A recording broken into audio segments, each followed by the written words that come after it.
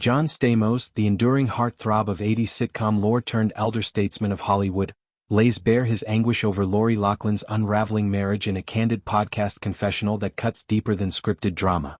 The 62-year-old actor, whose rapport with his Full House co-star spans decades of on-set camaraderie and off-screen kinship, decries Mossimo Giannulli as a terrible narcissist, an unprintable epithet.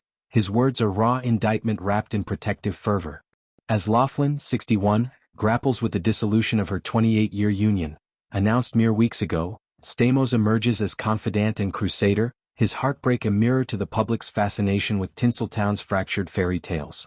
On the Good Guys podcast, hosted by Josh Peck and Ben Soffer, Stamos unspools a tapestry of empathy, his voice cracking with the weight of witnessed wounds. "I'm heartbroken for her," he confesses, the phrase hanging like a dirge for a bond once billed as unbreakable. Loughlin, the wholesome Aunt Becky whose megawatt smile lit Tanner family antics, now embodies quiet devastation, her world exploding under divorce's debris. Stamos enumerates her virtues with evangelical zeal: a life lived really well, motherhood masterclass to daughters Olivia Jade and Isabella, wife Dom woven with unwavering grace. "I know all this for a fact," he asserts, drawing from fireside chats and crisis huddles that forged their friendship beyond the laugh track. The split seismic ripples trace to Giannulli, the fashion designer whose Mossimo empire once dazzled mall racks but whose personal ledger brims with hubris. Stamos spares no venom, a man who busted her up to the core, enduring years of a lot in silent fortitude. This isn't hindsight bias, it's culmination of red flags waved through 2+ decades, from boardroom bluster to bedroom battles that eroded Loughlin's luster. The podcast paints Giannulli as Svengali gone sour, his narcissism a vortex sucking light from those orbiting closest. Stamos' vow, "I will never talk to him again," seals enmity, a brother's oath laced with prayer. May Giannulli awaken to the everything squandered, seek succor in therapy's trenches. Woven into this lament is a flashback to 2020's scandalous storm, when the couple's Varsity Blues infamy thrust them into infamy's glare. Pleading guilty to a $500,000 bribe for USC admissions, dubbed Operation Varsity Blues for its collegiate corruption, Loughlin served 3 months in a low-security facility, a far cry from her Studio City splendor.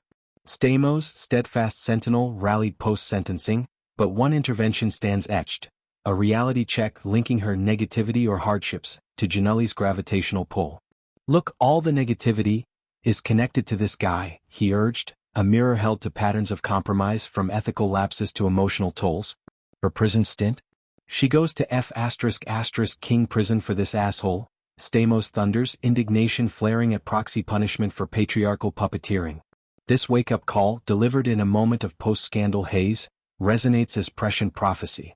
Loughlin's arc, from Full House ingenue to lifestyle empress, hawking QVC jewelry and Hallmark confections, intersected Giannulli's ambition, birthing a blended brood and Beverly Hills bastion. Yet fissures cracked early, his controlling contours clashing her collaborative core, whispers of isolation amid Hollywood's hurly-burly. The college caper crystallized complicity, but Stamos sees deeper rot, a marriage where Loughlin's goodwill gilds Giannulli's gall. Stamos' solidarity isn't performative piety, it's patterned in his playbook.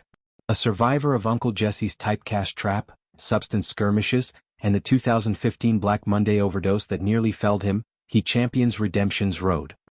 His General Hospital resurgence and memoir If You Would Have Told Me brim with brutal honesty, lessons imparted to Loughlin in late-night levees. Their Full House bond, forged in Tanner tantrums and Pollard pandemonium, evolves into elder wisdom, Stamos as the sage urging severance from toxicity's tether. For Loughlin, the divorce dawns as liberation laced with loss. Post-announcement, paparazzi capture tentative trots in yoga pants, a far cry from red carpet radiance. Insiders murmur of therapy triumphs, daughter's diplomacy navigating dual homes, a Phoenix phase eyeing indie scripts and wellness ventures.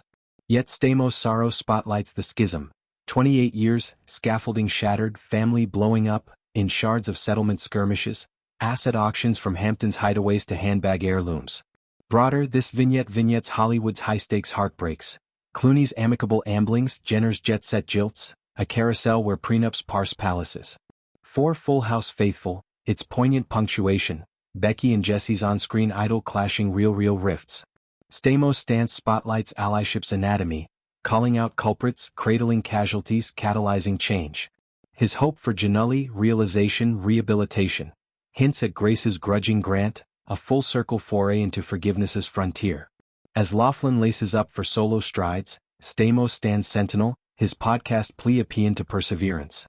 In Tinseltown's treacherous tides, where narcissists navigate and normals navigate fallout, his words whisper, break free, heal wholly, emerge unbroken. For a woman who embodied hearth and home, this chapter charts a homecoming, to self, sans showdown.